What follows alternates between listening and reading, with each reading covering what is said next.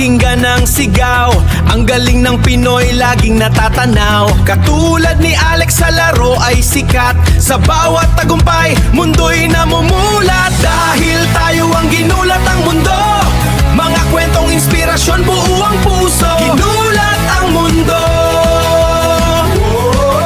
ginulat ang mundo.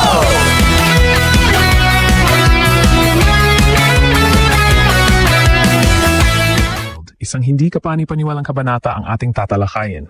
Dahil buong mundo ay natulala ng ang mga top tennis stars mismo ang nag-acknowledge na si Alexandra Ayala ang pinaka-popular na player sa WTA ngayon. Grabe, ang 20 anyos na Pinay Phenom ay hindi lang nananalo ng mga laban. Kinilala na siya ng mga elite players worldwide bilang isa sa pinaka-sought-after na pangalan sa buong sport. Mula sa pagpapabagsak kay world number 6 Jasmine Paolini sa Dubai hanggang sa pagpilit kay Coco Gauff na mag-retire sa Indian Wells nitong March 2026, si Ayala ang itinuturing na bagong rockstar ng tennis. Maging si Gauff, ang dating world number 1 na si Iga Swiatek, at mga batikang analysts ay stunned sa kanyang massive fanbase. Sa katunayan, ang crowd na humahatak sa kanyang mga laro ay mas malaki pa kaysa sa ilang reigning Grand Slam champion. Mayroon na siyang halos 1 milyong followers sa Instagram. At ang mga sponsors ay nakapila na parang never before. Isipin niyo, isang batang Filipina na dati lang nating pinapanood sa juniors, ngayon ay siya na ang pinaka-marketable na pangalan sa tour. Ang mga stadiums ay napupuno ng mga Pinoy at mga bagong fans na first time lang nanonood ng tennis dahil sa kanya. Ang mga live reactions ay bumubuhos mula sa lahat ng dako. Inaamin ng mga players na ang mga laban ni Alex ay nagdadala ng new eyes sa sport. Ang hiyawan ng crowd na tumatawag sa kanyang pangalan ay mas malakas pa kaysa kanino man. Grabe ang hype dahil kahit ang mga pamilya ng kanyang karibal, gaya ng Filipina mom ni Desiree Crouchick, ay mas pinipiling manood sa kanya. May mga ulat pa na maging ang mga legends gaya ni Serena Williams ay sumusuporta sa kanyang pag-akyat. Ang Ayala effect ay tunay na nararamdaman sa bawat sulok ng mundo. Mula sa Dubai kung saan tinalo niya si Paolini sa straight sets, hanggang sa Indian Wells kung saan ginawang dambuhalang party ng mga Pinoy ang disyerto ng California. Ngunit ang tagumpay nito ay bunga ng matinding career versus bansa battle. Si Ayala ay namumuhay sa suitcase life mula pa sa ITF circuit hanggang sa WTA thousands at hinarap niya ang fight ng mga early losses at injuries. Pero imbes na sumuko, ginamit niya ang bawat heartbreak para maging mas matatag. Pinatutunayan na ang Pinoy resilience plus talent ay katumbas ng global domination. Ang mga top stars ay nagpahayag ng pure awe. Ang ilan ay nagsasabing siya na ang mukha ng susunod na henerasyon, habang ang iba ay aminadong ang kanyang katanyagan ay mas malaki pa sa kanila. Ginagawa niyang events ang bawat match na kanyang salihan. Matapos ang kanyang explosive run sa Indian Wells 2026, si Coco Gauff mismo ang nagsabi na ang mga supporters ni Alex ay lumilikha ng isang electric atmosphere na nagpaparamdam ng kakaibang enerhiya sa court. Maging sina Barbora Krejcikova at Jessica Pegula ay nagbigay ng credit at nagsabing si Alex ang real deal. Buong tennis world ay buzzing dahil sa katotohanang isang Pinay ang nagdadala ng bagong demographic sa sport. Maraming tao ang nagsusubscribe sa mga tennis channels para lang mapanood si Alex. At ang mga tournaments ay nakakakita ng record-breaking crowds tuwing siya ang nasa schedule. Pinupuri ng mga players ang kanyang conduct, ang kanyang laro, at ang kanyang matinding humility pagkatapos ng mga upsets. Ito ay hindi lang basta fame, ito ay binabago ang takbo ng buong sport.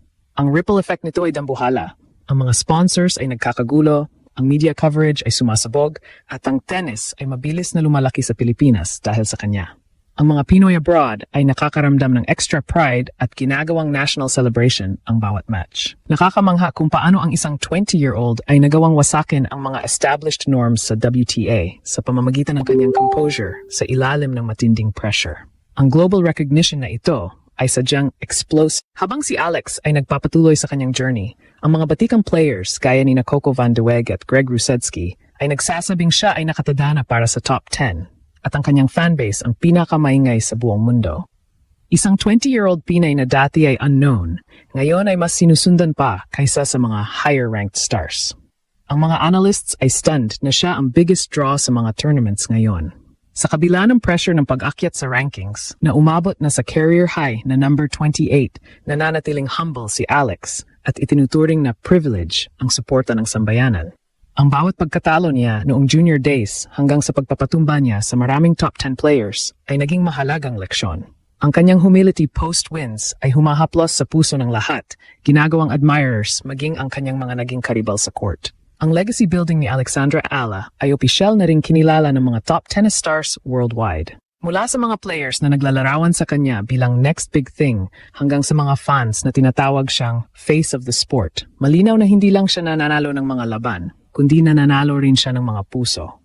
Ang upsets plus massive draw ay katumbas ng isang global phenomenon. Ang career breakthroughs niya sa gitna ng national pride ay kumpleto na sa tulong ng elite recognition. Ang buong mundo ay nakasaksi sa pagbabago ng tennis boom at ang mga Pinoy ang nangunguna sa laban na ito. Ang Grand Slam goals ay loading na at ang bawat hiyaw natin ay nagbibigay ng lakas sa kanya para abutin ang rurok ng tagumpay. Sa huli, ang pagkilala ng mga top tennis stars sa katanyagan ni Alexandra Ayala ay hindi lang basta fame.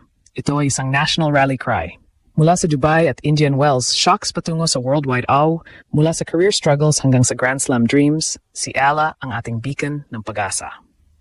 Habang naghahanda siya para sa Miami Open at sa darating na clay season, kailangan nating magkaisa. Tayo ang backbone ni Alex, at ang kanyang tagumpay ay tagumpay nating lahat. Buong mundo ay natulala, pero tayo ang susi sa kanyang patuloy na legasya. Ang Grand Slam era ay paparating na, at sa bawat palo ni Alex, dala-dala niya ang pangarap ng bawat Pilipino. Magtiwala muli, Pilipinas, dahil ang ating pambato ay handa ng sakupin ng mundo.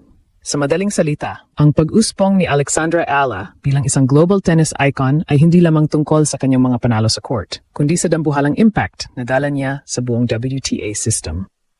Ang pagkilala ng mga top stars tulad ni Coco Gauff at Iga Swiatek kasama ang suporta ng mga international fans at sponsors ay patunay na si Alex ay isa ng ganap na rockstar ng kanyang henerasyon. Mula sa pagiging underdog noong kanyang junior days hanggang sa pagpapatumba ng mga top 10 giants sa Dubai at Indian Wells, ipinakita niya ang pambihirang chemistry ng talent, disiplina at ang hindi matatawarang Pinoy resilience.